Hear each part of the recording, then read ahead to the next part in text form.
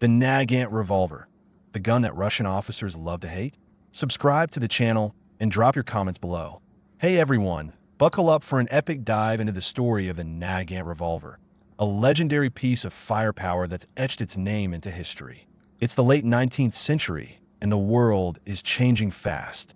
Empires are gearing up for war, new technologies are hitting the battlefield, and in the middle of it all comes the NAGANT revolver, a 7-shot Belgian-designed beast that became a legend in Russia. This gun wasn't just a tool. It was a symbol of grit, struggle, and survival. But here's the kicker. Despite its fame, the guys who carried it, Russian and Soviet officers, often grumbled about it. Why? Stick with me, because this story is a wild ride through history, packed with drama, ingenuity, and a few headaches. I'm not just going to give you the specs of this revolver. We're diving deep into what it was like to hold one in the heat of battle, why it frustrated the heck out of soldiers, and how it became a global icon despite its flaws. We'll throw in some economic insights, historical tidbits, and even a bit of my own take on why this gun still matters. Think of this as a blockbuster movie script. Part war epic, part underdog story. Let's fire it up. Imagine Russia at the turn of the century, a massive empire with big dreams but a tight budget. The military was gearing up for modern warfare, and while they had the NAGANT rifle, a 3-line caliber beauty, for the grunts, officers needed something compact and reliable. Enter the NAGANT revolver, designed by two Belgian brothers, Emile and Leon Nagant, in 1895. This wasn't just any gun. It was a rugged 7-shot revolver that could take a beating and keep firing. Russia, strapped for cash and short on homegrown options, saw it as the perfect fit. Why did Russia go for a foreign gun? Well, back then, building a new pistol from scratch was like trying to start a tech company in the Wild West. It took serious money and know-how, both of which Russia was short on. The NAGANT was a bargain, costing about 30 to 40 rubles a pop, roughly a few $100 in today's money, adjusted for inflation. Compare that to the Mosin rifle, which was about 30 rubles, and you see why Russia jumped at the chance to arm its officers, cavalry, and lawmen with this Belgian import. But here's where it gets juicy. The NAGANT wasn't just a tool, it was a status symbol. For an officer, carrying one was like wearing a badge of honor. Problem was, that badge came with some serious baggage. Let's break down what made this gun a hero and a headache. The nitty-gritty, what made the NAGANT tick. The NAGANT was a beast in its own right. Its 7-shot cylinder gave it more firepower than most revolvers of the day, and its 7.62mm rounds packed a punch. Built like a tank, it could handle mud, snow, and the brutal Russian winters without jamming. Sounds like a dream, right? Well, not quite. Two big issues turned this revolver into a source of frustration for anyone who carried it. The trigger from hell. First up, the NAGANT's trigger pull was a nightmare. Imagine trying to fire a gun while it feels like you're wrestling a stubborn mule. The trigger was so stiff it could make your hand ache, and that's no exaggeration. For the average shooter, hitting a target 50 yards away was like trying to thread a needle in a windstorm. Only the most skilled marksman, with years of practice and nerves of steel, could fire accurately. For newbies? Forget it. They'd missed the broadside of a barn. Why was the trigger so tough? It came down to a fancy feature called obturation, a system that sealed the gap between the cylinder and the barrel to boost the bullet's power. Cool in theory, but in practice, it made the trigger feel like it was fighting you every step of the way. Officers would curse under their breath, knowing that in a life-or-death situation, that stiff trigger could cost them precious seconds. Reloading, a test of patience. If the trigger was bad, the reloading process was straight-up torture. Unlike modern revolvers where the cylinder swings out for quick reloads, the 1895 NAGANT made you work for it. Here's how it went. Slide open a little door on the right side of the cylinder. Load one cartridge at a time. Rotate the cylinder by hand. Repeat 7 times. And that was just to load it. When it came time to clear out spent casings, things got even worse. You had to push each one out individually with a ramrod, which you first had to flip into position. Oh, and those casings? They love to get stuck, thanks to their odd shape. Picture yourself in a firefight, bullets flying, and you're stuck poking at your gun like it's a jam vending machine. Not exactly the stuff of action movies. Some clever soldiers came up with a workaround. They'd carry a spare cylinder preloaded with 7 rounds. In a pinch, they'd swap it out, but that meant partially disassembling the gun under pressure, a risky move that required serious skill. One old Russian saying sums it up: the NAGANT teaches you patience, whether you like it or not. The 1910 upgrade. Too little too late?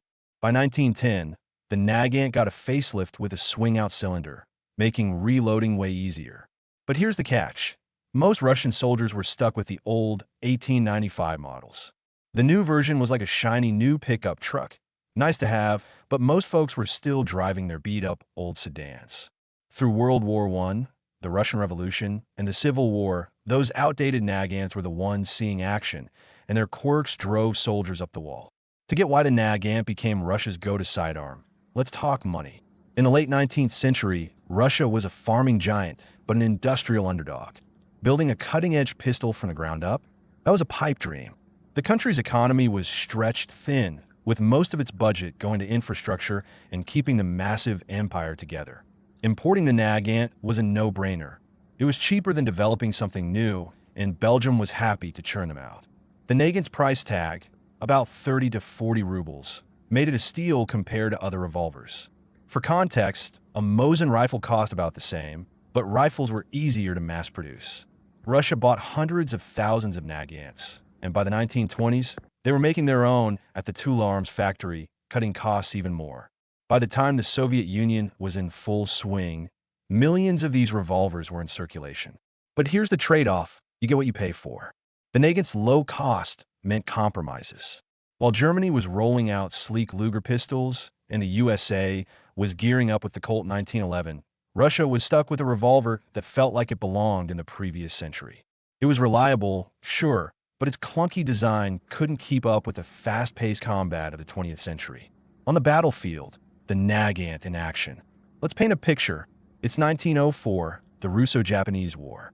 A Russian officer is crouched in a trench, bullets zipping overhead. His NAGANT is in hand, but that stiff trigger makes every shot a gamble. He squeezes off a round, misses, and curses as he fumbles to reload under fire. Fast forward to the Russian Civil War, 1917 to 1922. Red and white armies are clashing, and the NAGANT is everywhere. But in the chaos of battle, that slow reload could mean the difference between life and death. One veteran story sticks with me. The NAGANT was like a stubborn old dog, loyal, but always making you work harder than you should. That sums it up perfectly. The revolver's durability was a lifesaver. It could take a beating and still fire in mud, snow, or heat. Its 7.62mm rounds could stop an enemy in their tracks. But those flaws, the trigger, the reload, made it a constant challenge. In Russia, the NAGANT wasn't just a gun. It was a status symbol.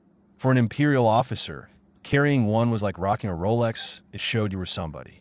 But that prestige came with a catch. Officers used as sabers or rifles had to learn the NAGANT's quirks, and not everyone was a fan. By the Soviet era, the revolver was everywhere, not just with officers, but with secret police, militia, and even bureaucrats.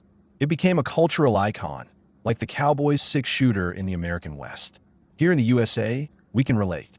Think of the Colt Peacemaker, the gun that won the West.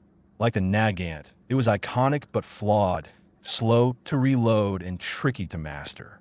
Yet both guns became legends because of the people who carried them, not just their design. Here's my 2 cents.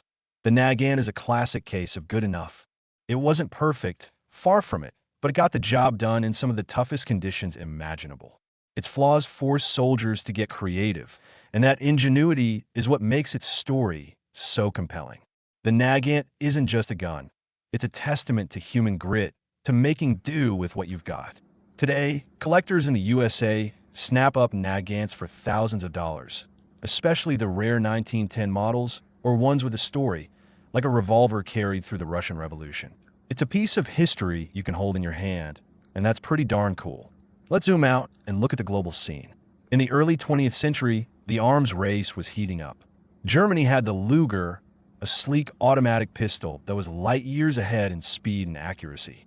The USA rolled out the Colt 1911, a game-changer that's still a favorite among gun enthusiasts. The NAGANT?